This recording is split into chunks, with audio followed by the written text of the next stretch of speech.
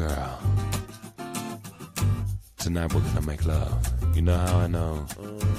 Because it's Wednesday. And Wednesday night is the night that we usually make love. Monday night is my night to cook. Tuesday night we go and visit your mother. But Wednesday we make sweet weekly love. It's when everything is just right. There's nothing good on TV. You haven't had your after-work social sports team practice, so you're not too tired. Oh, it's all on. You lean in and whisper something sexy in my ear like, I might go to bed now, I've got work in the morning. I know what you're trying to say, girl. You're trying to say, oh yeah, it's business time. It's business time. It's business. It's business time. I know what you're trying to say. You're trying to say it's time for business. It's business time. Ooh, it's business. It's business time. Oh, yeah. Then went in the bathroom, brushing our teeth. That's all part of the foreplay. I love foreplay. A shake, a shake, a shake, a shake, a shake, a shake. Ow. And you sort out the recycling. That isn't part of the foreplay process, but it is still very important. Next thing you know, we're in the bedroom. You're wearing that baggy old ugly t-shirt you got from your work several years ago. You know the one, baby, with the color stain.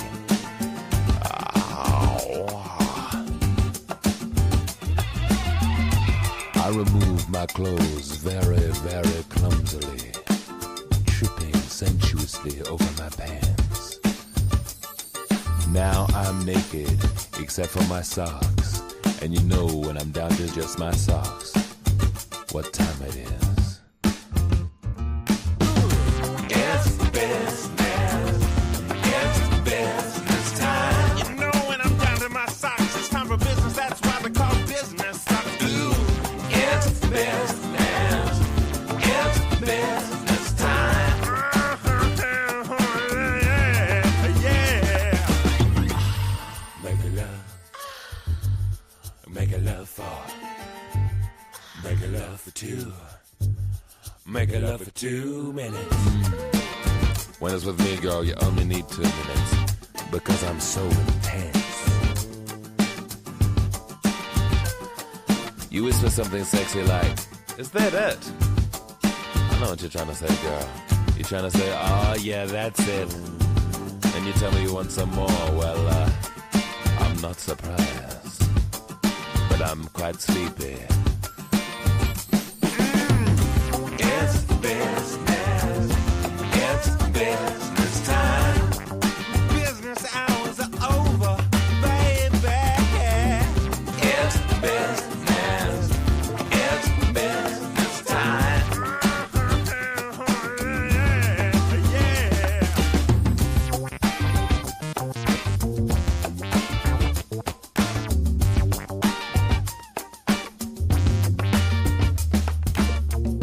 Good morning, everybody, and welcome to Wednesday. Wednesday is the day that me and Jeffrey usually make love. Jeffrey, how are we doing today? Looking sharp today. Looking sharp.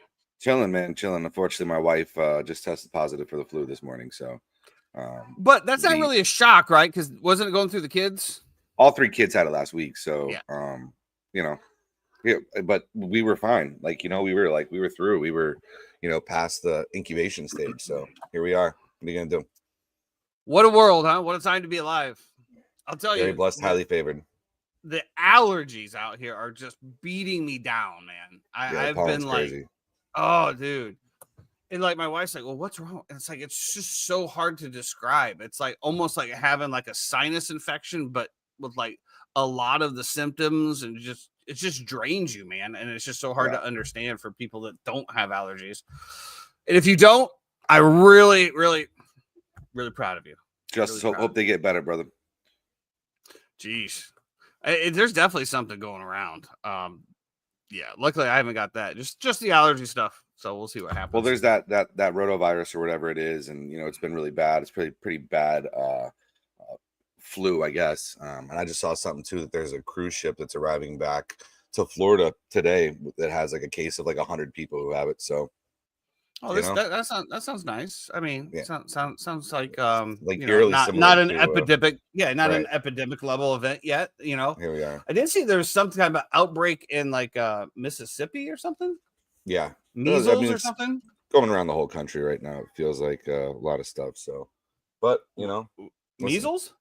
Take some. I don't know about measles, but measles. This virus has. Measles. I don't know. Somehow I've ducked and dodged it, bro. Feel like Shane Gillis, where I didn't get nicked by it, Yeah, measles are on the outbreak. High area vaccine exemption. So they're basically saying it's from people that didn't get vaccinated. Interesting. Isn't weird it? How that happens. It is weird. I just don't understand if everybody didn't. I mean, where does it even come from? How do measles just show up? Yeah, I mean, somebody could have traveled outside the country, or been in a high risk area and then brought it back to an area. So I guess lots of options there. How was your weekend? It was all right. Obviously Sunday was an absolute dud. But it's beautiful weather out. I guess summer's back already. We're in the 80s. We've been out the pool the past couple of days. It's been nice. Got a little redness on here, Can't complain, man. Can't complain. How about yourself? Sunday was great, man. Really, really cool day. My oldest got a chance to go to MegaCon, and then we took my middle one out, kind of hopping around. Went and caught some Sonic because he really wanted a chili cheese dog. Went to a little comic book store, and then slid back and had some friends over, just to watch the first half of the game, and then second half of the game I went and finished watching it at Kitty's, because I saw the writing on the wall, and surprised you even made it to the second half. Well, I wanted to go celebrate with the Philly peeps. It's like we've all watched football together kind of all year up at Kitty's on Sundays, and there's a huge Philly contingency, which is why we all wanted the Philly Buffalo matchup. I didn't see one single Chiefs fan there. Bedlam. It was all Philly fans. It's always cool, especially in those moments with people that because they do it right. You get the champagne showers. You get people crying, hugging, having a great time. You got Philly fans climbing the poles at Kitty's in true Philly fashion. So, just a lot going on, but like the vibes were immaculate. Everything was like, it was really cool. It was just a nice little presence to be in, and good to celebrate. I know a lot of them are actually heading up, I think tomorrow or Friday for the parade. I see Sophia and some of them went down to New Orleans for the game. So she didn't actually go to the game, but she was on Bourbon Street. Through I guess her brother's significant other's family or something like that. Had a little spot down there. So just cool to be around there and be in the presence. Got a chance to talk and text with her a little bit. And she was super stoked and excited, of course. Did you see that the kid died after the NFC Championship game in Philly? No. Climbed the pole and then fell. Oh, okay. Yeah. No. I guess that was the only good thing about it. We got to watch Philadelphia burn again. The only video that I saw was they found a delivery truck and they mobbed it, opened it, and then they threw everything out of the truck. It looked like it was like an R mark, like it was all like towels and napkins, and that's what they targeted. But anyway, well, let's get into it. It was really cool. I wanted to tell a quick story real quick because it was funny. And I mentioned how many Eagles fans there were at this bar, right? So they're all there. And, our friend Jay Miller, who's actually been on the show before, a diehard Eagles fan, he's the one who ended up climbing the pole and hanging off the pole. There's a great picture of it. Well, the picture was taken by a random Eagles fan who was there at the end of the bar. The next day, because Jalen Hurts is now going to... Where's the picture? I can send it to you. It's on the Kitty's page anyway. On Facebook? Yeah. So they go to this they go to Magic Kingdom to go see Jalen Hurts. They end up hopping over to Epcot and they're sitting at Rose and Crown. And as they're sitting at Rose and Crown doing car bomb shots, these people walk in and they're wearing their Eagles stuff and they, oh, blah, blah, blah, saying something to them. They go, "Oh my God, you're the people from last night we were at Kitty O'Shea's. We took a picture of you, and they literally took this picture, and just happened to like walk in and see these people, and boom, there it was. So just kind of cool. Like of all the gin joints in all the world, they ended up getting this photo, which I'll send to you here in a second. Just kind of a really cool. I'm on it. Cool story. Are you on the Flaps Only page that they have? Flaps Only? Oh, never mind. What? I'm just on their main page here. Oh, it's not on that. Yeah, I'll send it to you though. Oh, there's a secret page? Yeah. Wow. Unbelievable. What were your thoughts on the game?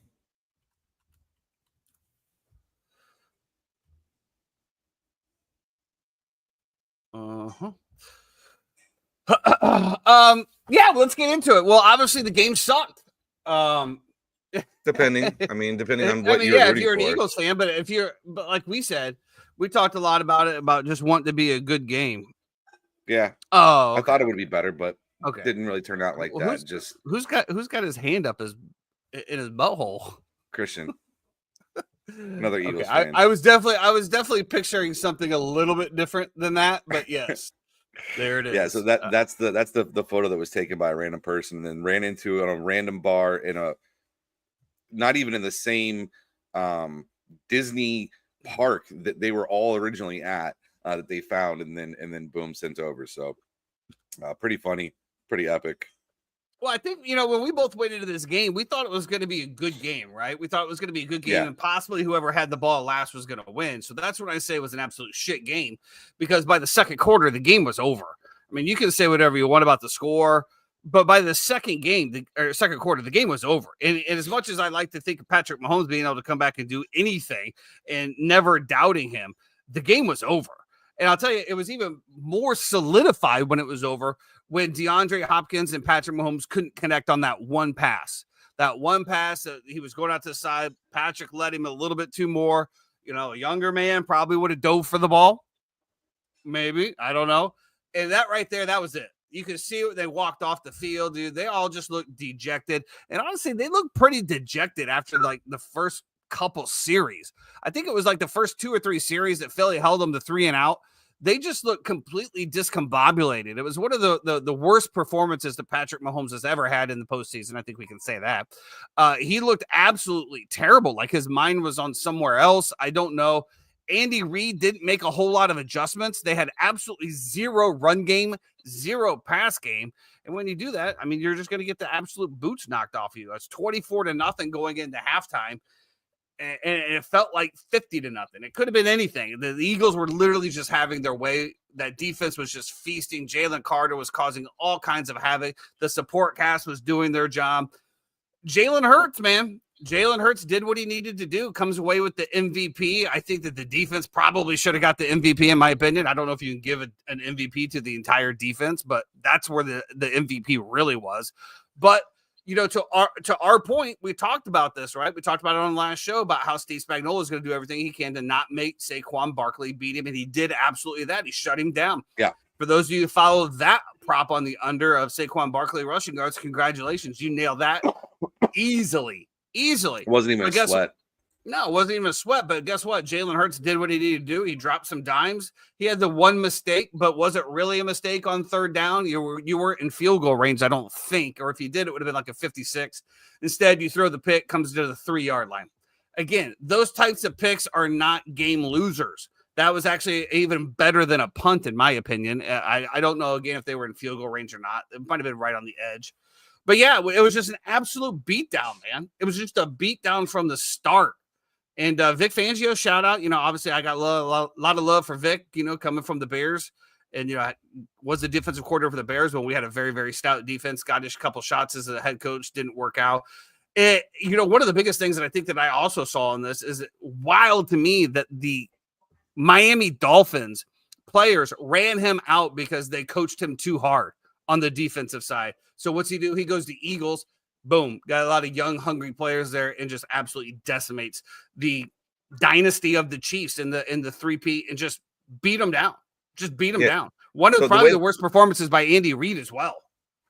The way that I understood it was more about Fangio wanting to move back to be close to his family. Because I guess he has some sick relatives or whatever that are maybe that was the save face story, but my insider sources tell me that the Dolphins ran him out, that the defenders didn't buy into what he was doing on the field. Yeah, I mean, listen, where we were right, we thought that this would be a mismatch in terms of the Philadelphia defensive line going against the offensive line of the Kansas City Chiefs. Mahomes just had no time to throw. When you look at some of the effort plays that Travis Kelce was having out there on trying to contain Josh Sweat, it looks really bad. It looked like they were just shook from the moment that they were out there. Listen, we love Devontae Smith. We had him, I think, anytime touchdown as well as over on yards. Hit both those. That was really nice. Obviously, A.J. Brown gets into it with Sirianni, comes right back, catches a touchdown right after. Everything then is now kumbaya, although I could see A.J. Brown moving on from the Philadelphia Eagles this offseason. I think that if you're looking at it, the Patriots look like a very likely destination for him to go there as well.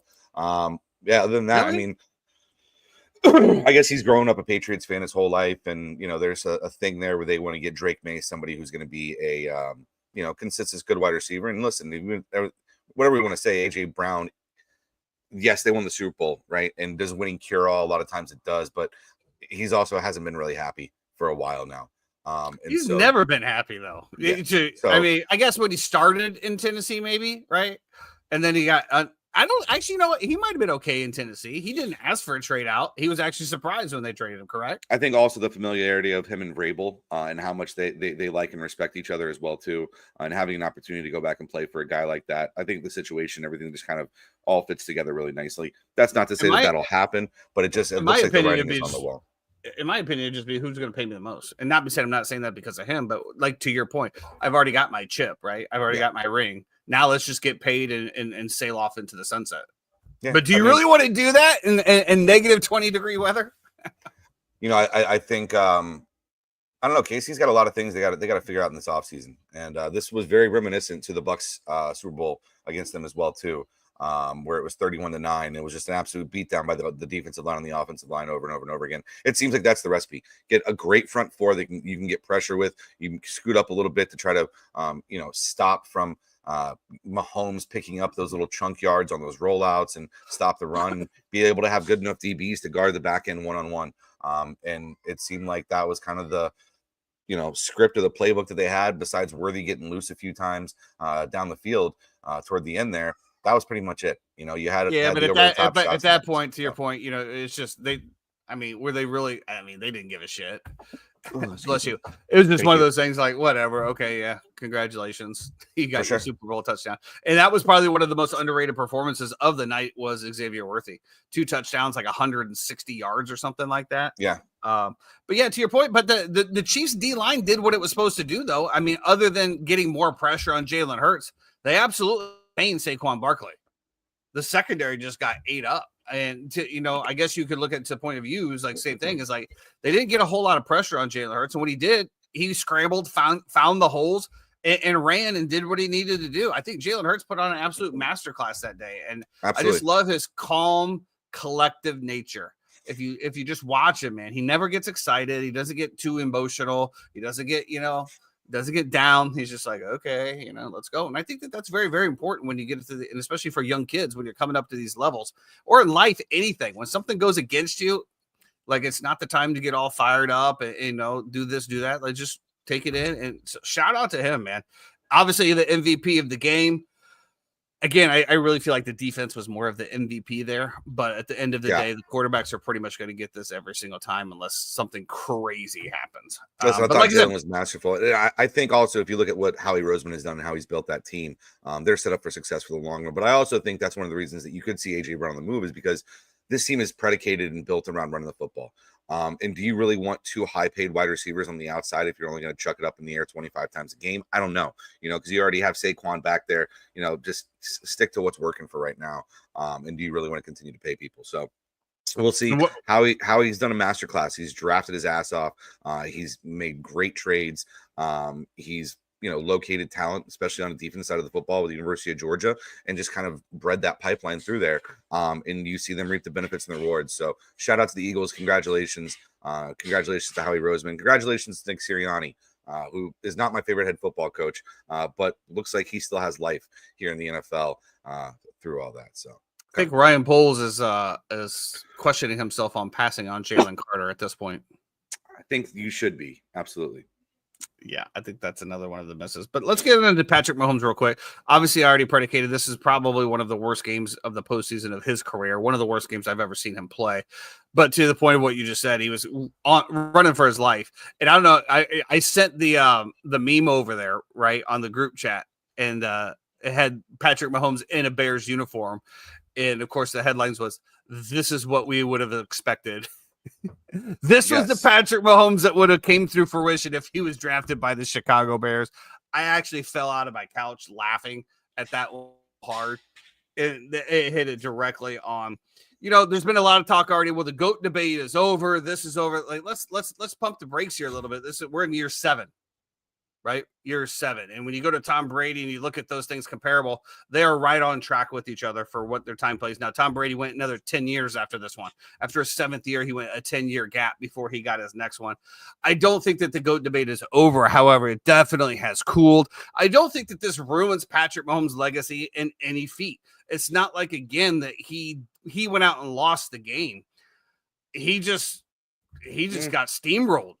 He got steamrolled through untimely picks as well. Obviously, with somebody in his face. I mean, for his standards, absolute shit game. I mean, yeah. Yeah. But I mean, I think, you know, obviously in the biggest stage and the biggest games, I mean, this is where the biggest spotlight comes on, right? This is why Tom Brady is thought of as, you know, as the GOAT. Jordan, 6-0 in the finals.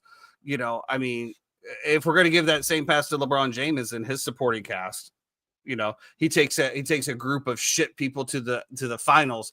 Do we really, you know, do we hold that against him, or do we say he was that good to take his shit team to the finals? And with Patrick Mahomes, let's look at throughout the year. I mean, throughout the year, nobody saw them only losing 2 games or whatever it was. They squeaked by. It wasn't the same Chiefs team that we saw absolutely dominate or have blowout games. It was literally almost all one possession games where Patty had the magic at the end to bring him into it. So to your point as well, I think that the Kansas City Chiefs have a lot to think about in the offseason.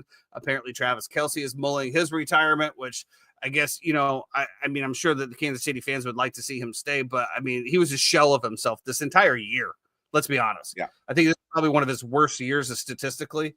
Now, again, they didn't need him a whole lot, but yeah, I don't know. Well, the Chiefs have a lot to work to do. However, as we all think about the NFL and what has to happen in the NFL, they still have Patrick Mahomes. And as long as you have a good quarterback, you can build around it. Chris Jones is obviously a monster over there. They'll figure it out. But again, no real adjustments from Andy Reid. The run game, I think it's tough to make adjustments when you don't have any confidence in the run game between Pacheco and between Kareem Hunt. And it's also tough to make adjustments when you're just getting physically whooped up front every single play. A lot of those plays, Josh Sweat just being able to disrupt things because Travis Kelce is just getting whipped just getting absolutely destroyed on the edge. So, yeah, I mean, listen, a lot of times it's looked like Travis has been disinterested or maybe dejected or not really interested in being there this year. And I can't really say that I know that for a fact. I can just tell by body language, I guess is what I'm reading into. I do think Travis needs a haircut. I don't know if the long-haired look is great for him, but, you know. Well, you did bring it up here. You know, Taylor Swift did get booed, and, you know, he came out and said that affected him. So did Trump. And you know, it affected that he felt helpless, that he couldn't do anything. So I don't know. Maybe he's just chilling with his brother now, right? I don't know if it's his big brother or little brother, but obviously you have the other Kelce brother. They have their podcast. Like, maybe this is probably something. All right, well, I got Taylor Swift. He's a billionaire. Are you okay over there? Is the SWAT team showing up? Something like that. Orange County's outside of my house right now. So. Oh, boy. How many?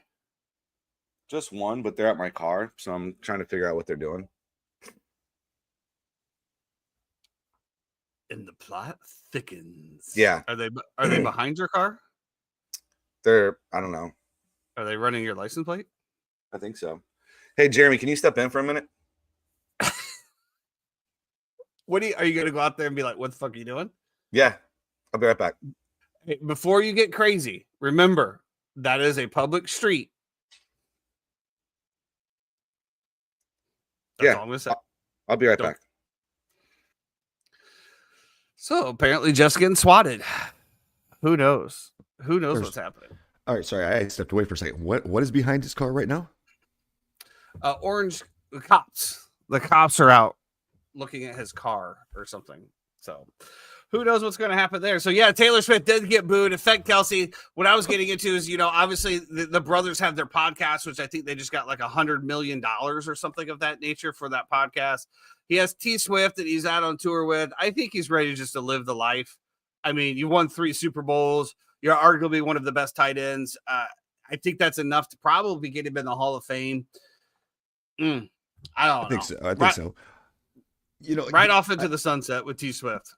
You know what? I didn't get to watch a lot of the Super Bowls because unfortunately I was on the bar that had no televisions and also had no guests, which was great. But it was when I saw like Travis Kelce after the game, like taking his helmet off, I was like, this guy looks just defeated. Like it didn't look like Travis Kelce from before. I mean, you looked at him when he was making all the plays and, he looked like a baller. And now he just looks like, well, I got longer hair and growing out my beard. I'm like, what is this? The evolution of the dad? Is this what it is? Is this like go from the guy that's, oh, I could do anything I want to. Well, I got to lop around 3 kids and, do this now. But he looked completely different.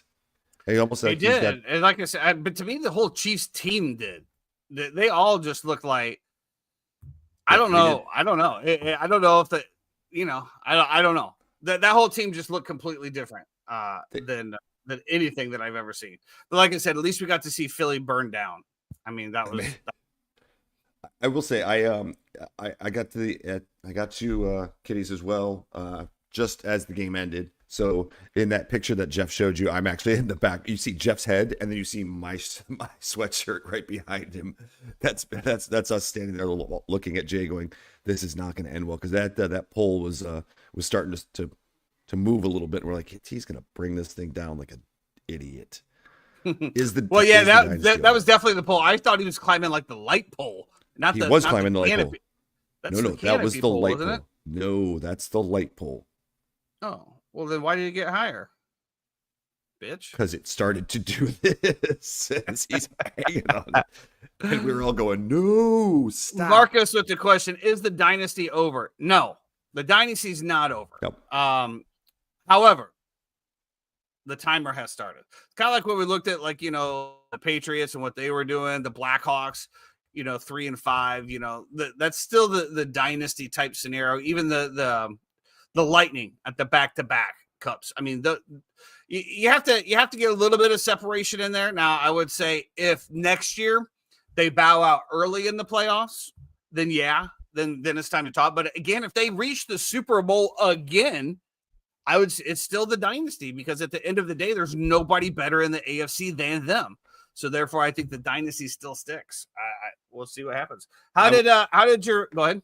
I was going to say to that question, I don't think it's over. I think that this like you guys already mentioned earlier, Brady hit 3 in like 6 years early on in his career. His first 7 years, he won 3 or 4.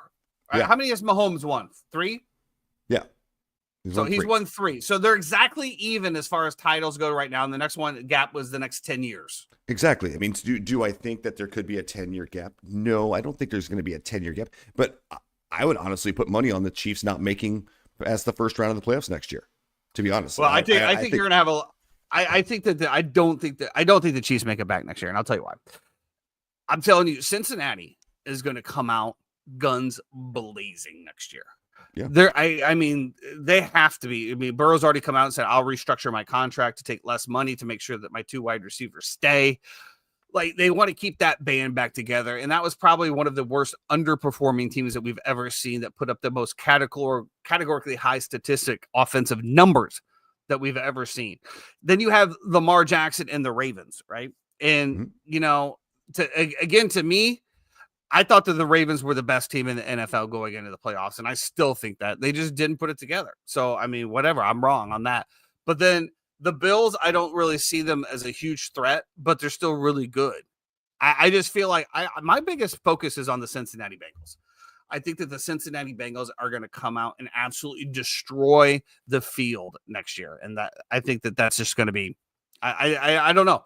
I mean, again, the Chiefs have done a lot, and the Eagles just absolutely whooped them. And I think a lot of people said, well, they just took the Tampa Bay script and said, all right, let's just do this, and they did it. And so I think that the paper's out, right? The paper's out on how to beat them. I mean, you just got to make the correct adjustments.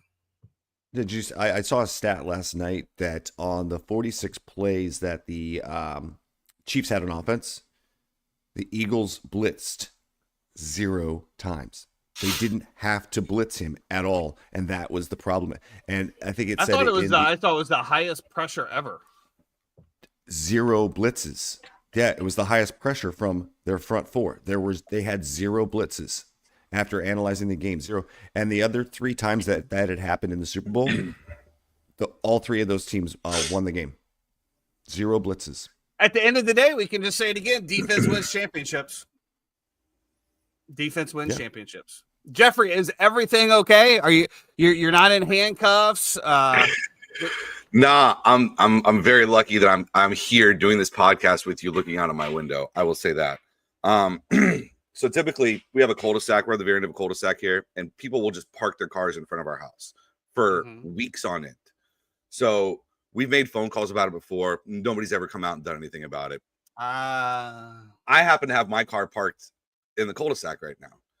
So when I'm sitting here, I look out and I see police officer at my car writing things down, jotting things down. That's why I went down there. Hey, and it's always there's always a bit of trepidation walking up to a police car with a cop that's in the car and the windows rolled up and you're trying to get their attention. So there's that moment. And then I explained to him that was my car. And he's like, listen, you came down. Don't worry about it. I'm going to tear your ticket up. It's okay. But you need to make sure that if you're going to be parked, you can be parked where you are, but you have to be closer to the actual gutter. I'm too far back, which is technically legally with pictures and through proof would be impeding the actual roadway for cars to be able to get through. So he was going to write you a ticket. I was about to get like a $250 ticket right there. Yeah. And I just $250? I guess. I don't know, bro. He said the other one, he's got to write it for the other car that was behind me, my neighbor down the street. So, well, at least you're not getting taken away in handcuffs, Jeff. No. I wasn't really worried about that. I kind of had a feeling what was happening, but yeah, like I said, it's always that bit of trepidation as well too. Parking in your neighborhood sucks. I'm not gonna lie. Whenever I have to drive there, it worries me. Yeah, it's terrible. He has like a quarter-mile driveway. Yeah, but the problem is that the everybody parks in the street, and so for these large trucks and garbage trucks and stuff to get by, it's really, really tough. So, well, let's get into some more controversy. The halftime show could have possibly been bigger than the entire game, and Kendrick Lamar comes out and does his thing. And I'll tell you, it's a great headline, Jeremy. Well played. Yeah, A minor. To me, like, we all know that I dip my toe in some rap music, right? I can appreciate some things, right? Really? You're gonna say you dabble? I've seen you like just spit full songs of hardcore rap before. I don't know what you're yes, that's what I'm saying. But I'm not like fully immersed into the scene. I would say, hold on, the stuff that he's saying is probably at least 10 years plus old. It's like this stuff that we lived through. It's nothing like what is right now. True. I like Drake Money in the Grave. No, I'm up to speed, dude. Don't try to do that. No, don't try to do that. Jeff, if you get into his car or you get into my car, who listens to more? Well, I don't have rap on my car. I mean, you have the ratchet. Like, I think you're like your Pandora station or whatever is like drill music or something like that, Jeremy. Like, it's ridiculous, dude. Anyway, so Kendrick Lamar comes on, and the first thing we see is Samuel L. Jackson dressed as Uncle Sam. Pretty good. Whatever. Okay. So I guess that's taking shots at the president. I don't give a shit. Whatever. And then they get into the music, and I can't understand anything that the dude's saying. And when I say anything, I turned on closed captioning to try to figure it out. And they were having trouble with keeping up with what was going on. So, my dad texted me, as I said, he's like, this is your music of your generation. I'm like, no. And then he's like, I can't understand anything. I go, I can't understand anything either. So whatever, we watch it. And then they showed Serena Williams doing the Crip Walk, which in my head, I'm like, was that Serena Williams?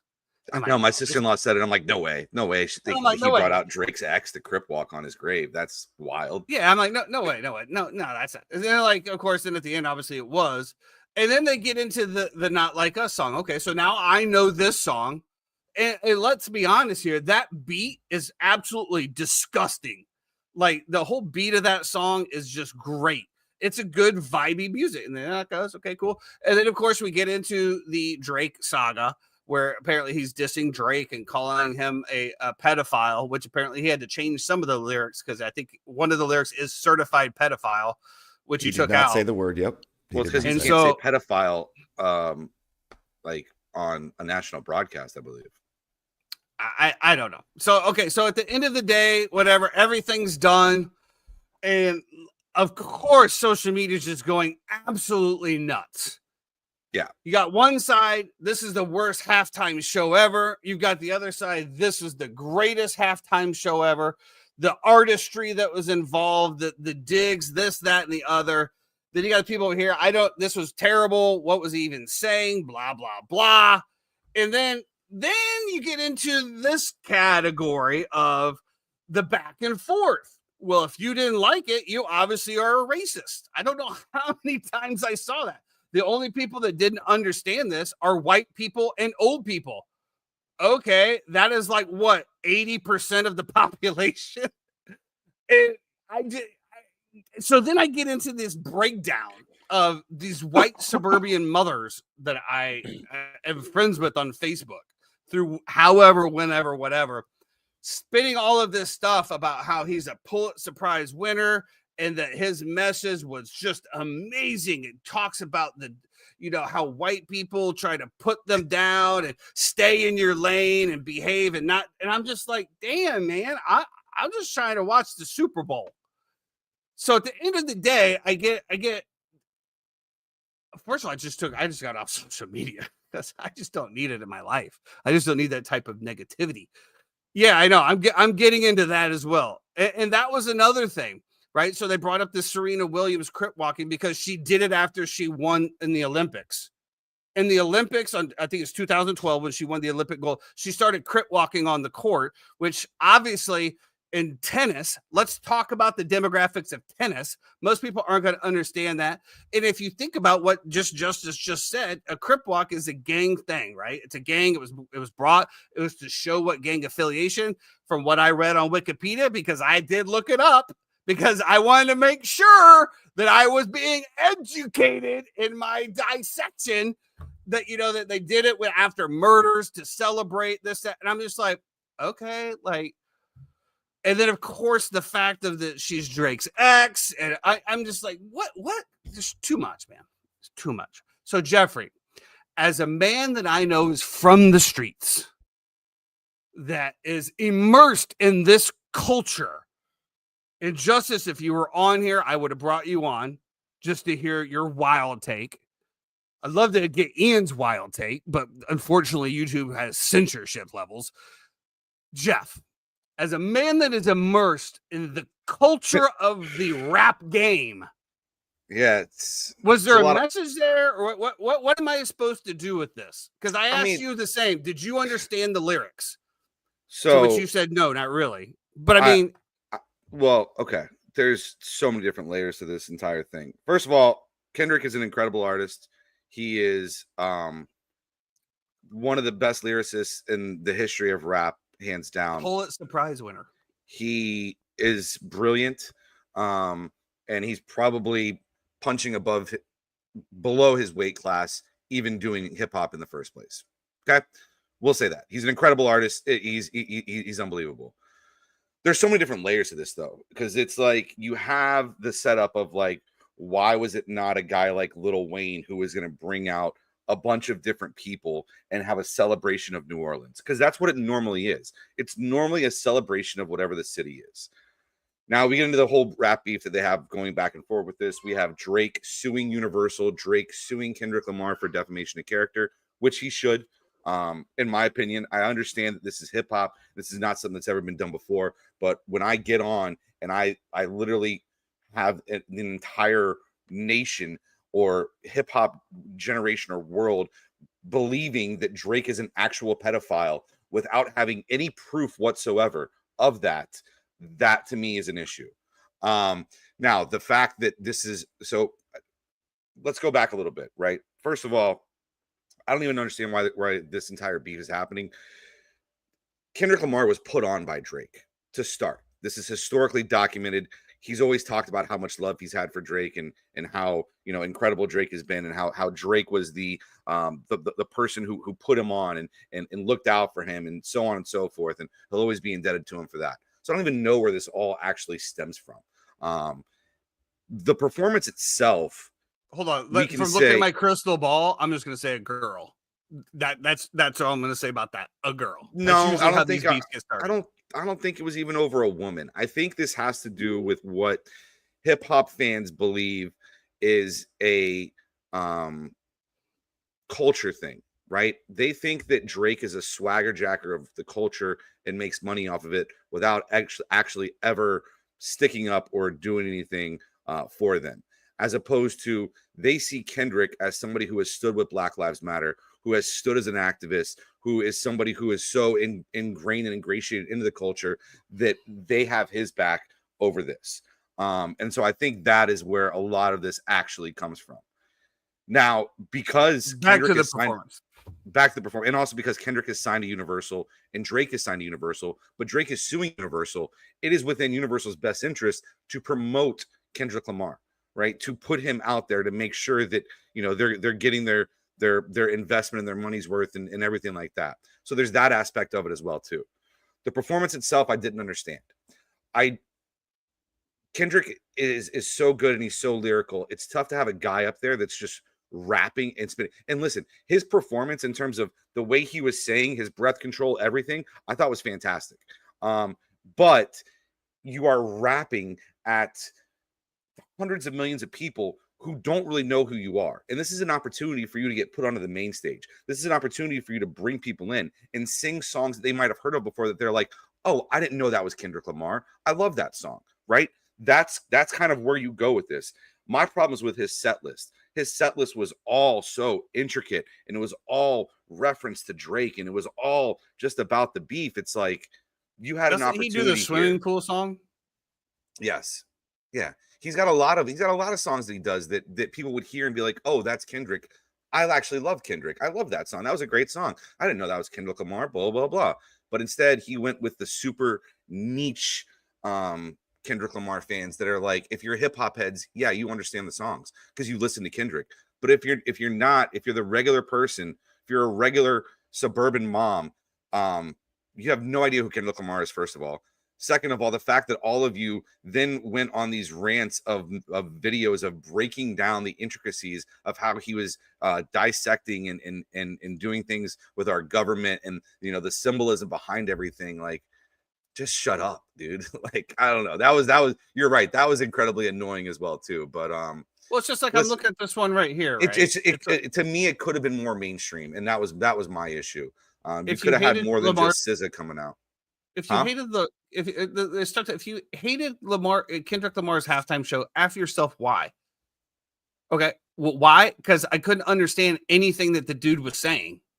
Yeah, it was also tough too with the old heads that were in the room that were talking the entire time during the performance. Like, they were the two guys from the Muppets that were, you know, sitting up above the who? Theater. You know, in the Muppets, the two old guys. I know exactly what you're talking about. What are you talking about? I had some family over, and they were just, okay. Can you guys shut up, dude? Like, this is just anyway. Yeah, so I just want to, so I'm going to clip on this a few of these points here. You know, it says, because what Lamar did wasn't just a performance, it was high art. Okay, it was storytelling from a Pulitzer Prize winner. It was a reflection of what our society demands from Black men and women, what it permits and what it punishes. It was a masterclass in using the biggest stage in America to say something real. And then they go into the fact that Samuel Jackson's Uncle Sam as a living body, as the establishment, and then they go into the Crip Walk. a move that holds deep meaning in Black culture. So maybe Justice, maybe you can help me out here. I just want to say this, and if you've seen so many Super Bowl halftime shows in your life, right? And when you got done with the halftime show, you were like, "Damn, that was a great show," right? And any of those Super Bowl halftime shows, did you have to watch it back in intricacies of every single little thing to then say, "Oh, that was a good show"?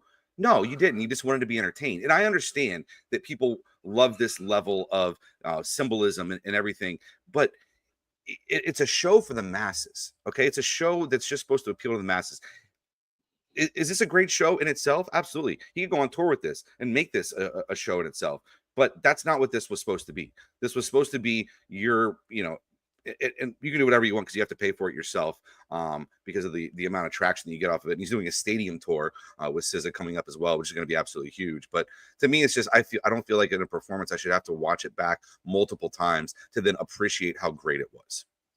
That's I mean, to your point, I think it's the same thing. It's just like, I mean, I guess, as far as the majority of Americans, right? The majority of Americans, when they turn on a sporting event, they want politics out of it, right? That is our release.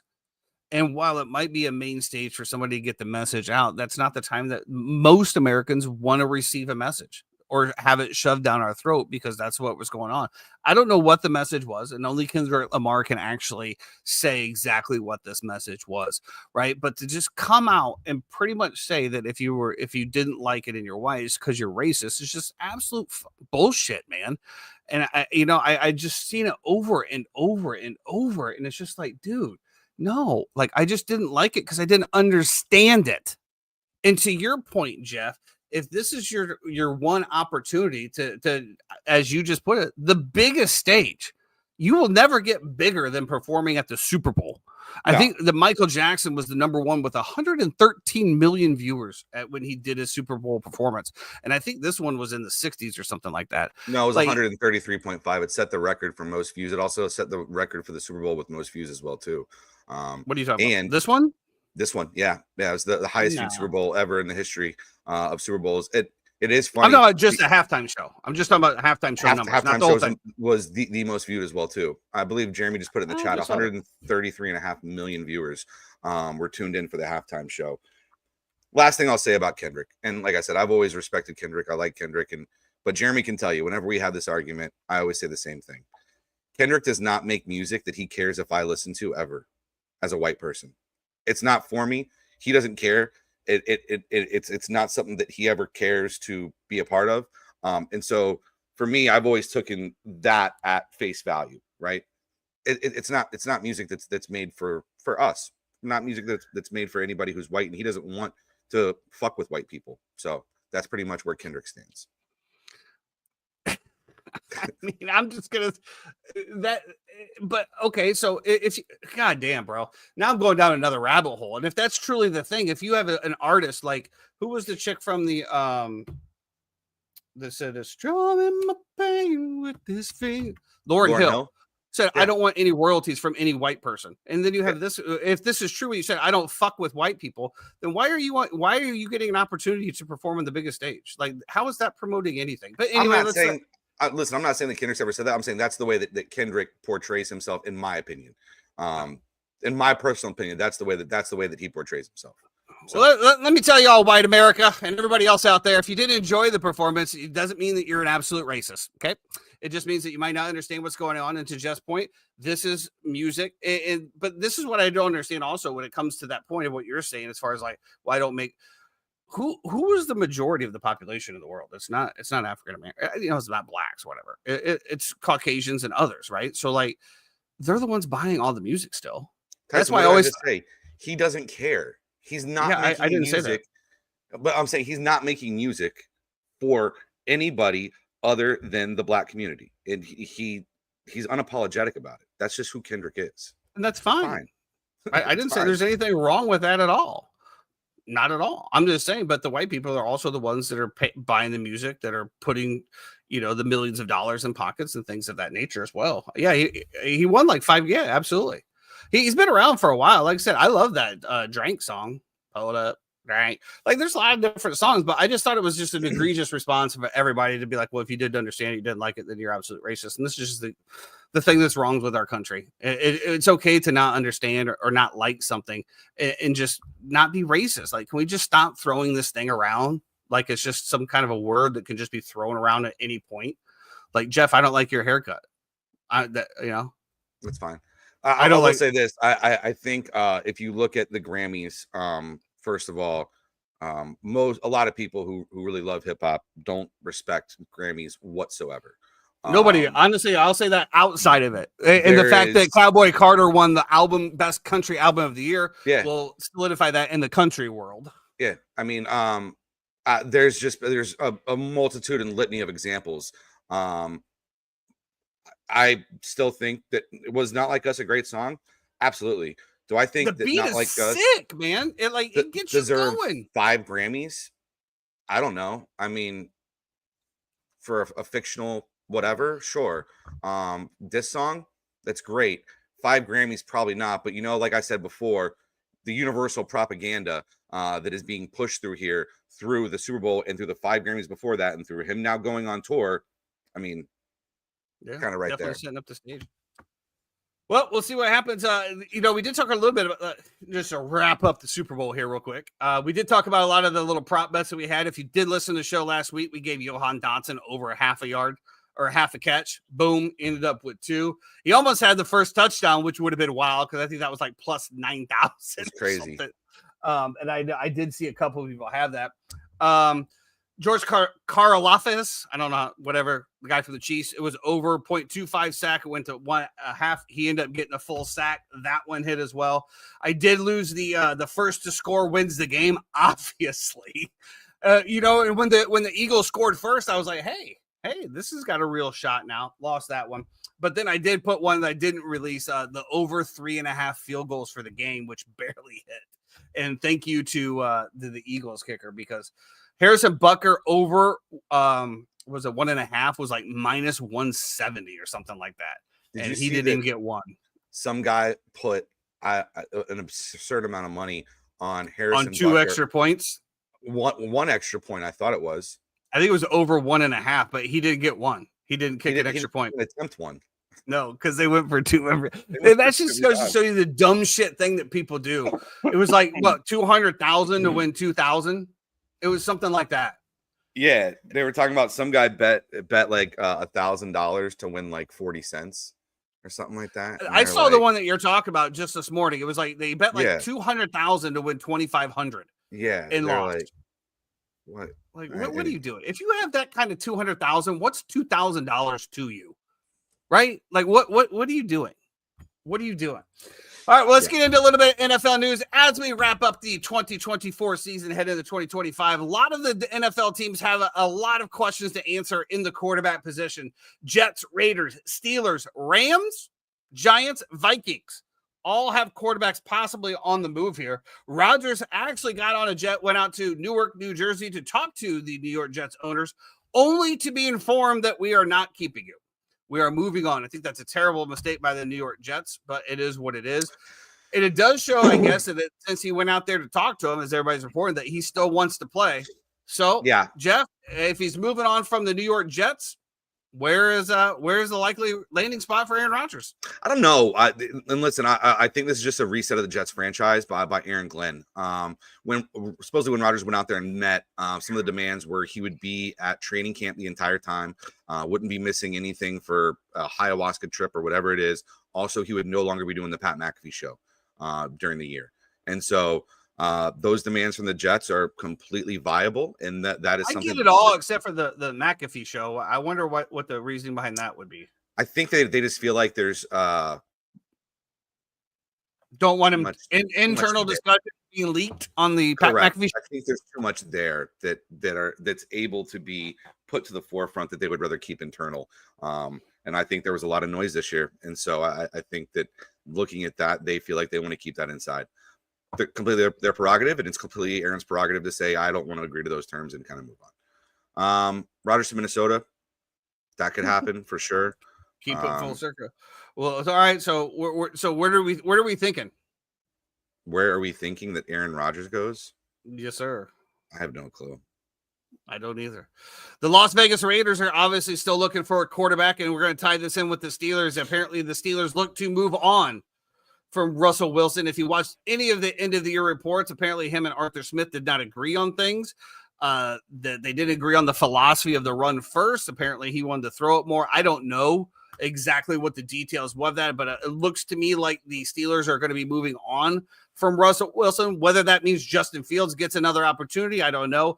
But that does, the not throwing it, the not throwing it down the field portion makes a lot of sense, because when you looked at Justin's first 4 games or whatever it was, there was hardly any down the field. And a lot of people are saying, well, that was by design, that Arthur Smith did not want to throw it. He's a run first, and that he's looking for a run option quarterback. So we'll see what happens there.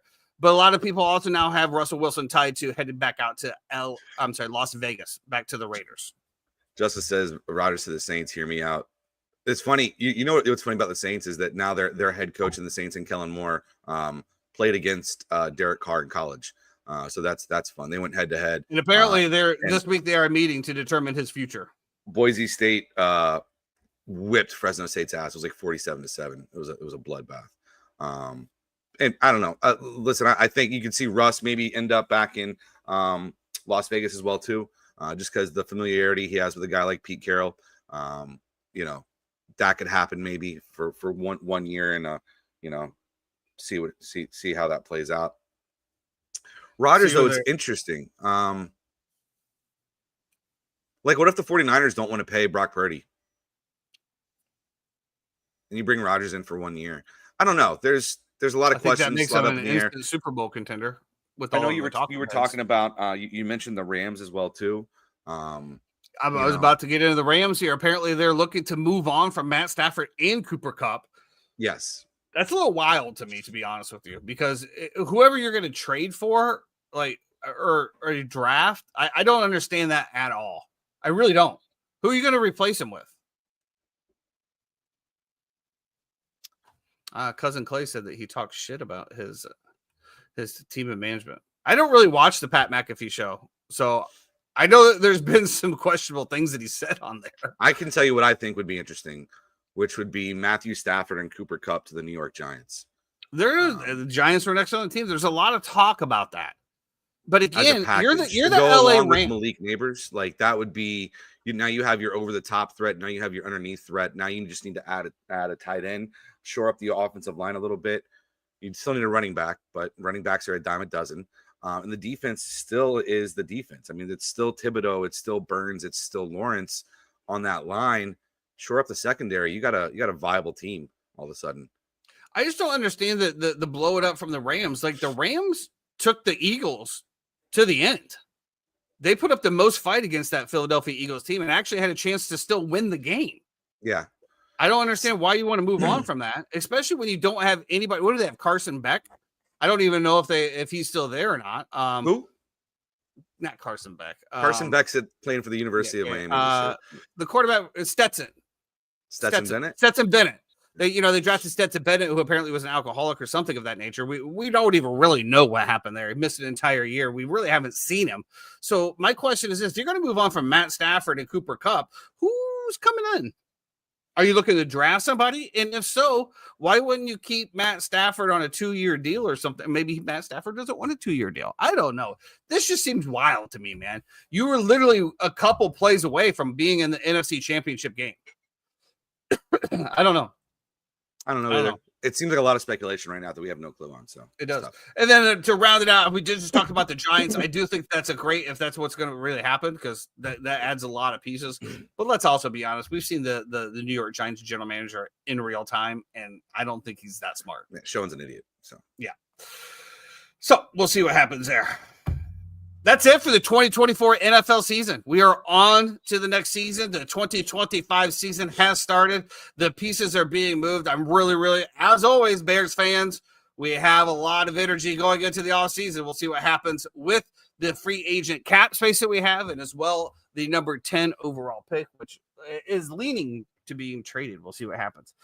Pitchers and catchers report this week. Jeffrey, are you excited about baseball at all? As a Braves fan, I'm kind of meh. Honestly, the Cubs are trying to suck me in, man. they're making some serious roster moves. Apparently, they're going after Alec Bregman as well. So we'll see what happens there.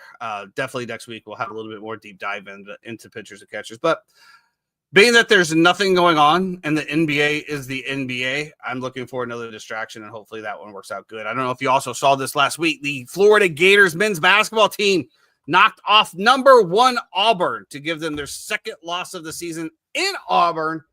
It was a great game. And if you looked at some of the stat lines that I've seen from the national championships when the Florida Gators won with Joakim Noah, the height and weight of the people are like the exact same. It was pretty crazy as far as the comparisons, as far as the guards, everything. Like the numbers are the exact same. Yeah, you do have NBA All-Star game this weekend. So a lot of teams need a little bit of break coming up. They work so hard. I'm looking forward to the 3-point contest. That's about it. Your girl's not playing in it though, so you're gonna be okay. Who? Katie? Yeah. Yeah. I think that was a great move by her as well to say no this year. But yeah, I tell you, I'm hyped for WNBA season. The Fever are building a nice little roster to put around Katie Clark. I love the movement that you have now with Kelsey Plum going from Las Vegas to LA. There's been a lot going on in WNBA. It's kind of an exciting. Where's your pipeline of WNBA information? I play those sources close to the vest. Where is your source of WNBA information? Twitter, just where everybody's sources. Who do you follow on Twitter that gives you WNBA information? Sports Center, ESPN. Do you follow ESPNW? I might. Hey, I'm just saying, play your game, player. I don't care. Yeah. And then wrapping it up, the Four Nations face-off hockey tournament between Canada, Finland, and Sweden, USA, starts this week. To be perfectly honest with you, I have no idea what's happening. Ian put in our conversation that all of this stuff was happening. The rosters do look absolutely stacked. It starts today. It starts today at 8 p.m. Canada versus Sweden. Don't worry, Justice. I nipped that on the bud real quick. We'll try to face that up. More coming your way, bro. I would do a whole WNBA podcast with somebody if they want to. Absolutely. Guess what? You make the shorts and put it out. Guys, I need you guys to all flood Jeffrey in his DMs, in his text, whatever. Jeffrey needs to start putting out some short form content on our channels to help grow our page, to help grow our podcast that we've been doing now for 3 years. 2 years? I saw a pop up from a couple of years ago on one of our first shows. Yeah. Crazy. You will be solo on that. So tune in for a little hockey talk. Looking forward to see some of the boys out there. Obviously, the Blackhawks need a break, as Jeffrey said, because they work hard and stuff. So with that being said, that's going to do it for today on the Uninformed Fan. If you are out driving over this next week, please, for the love of God, stay out of the left-hand lane. Be great.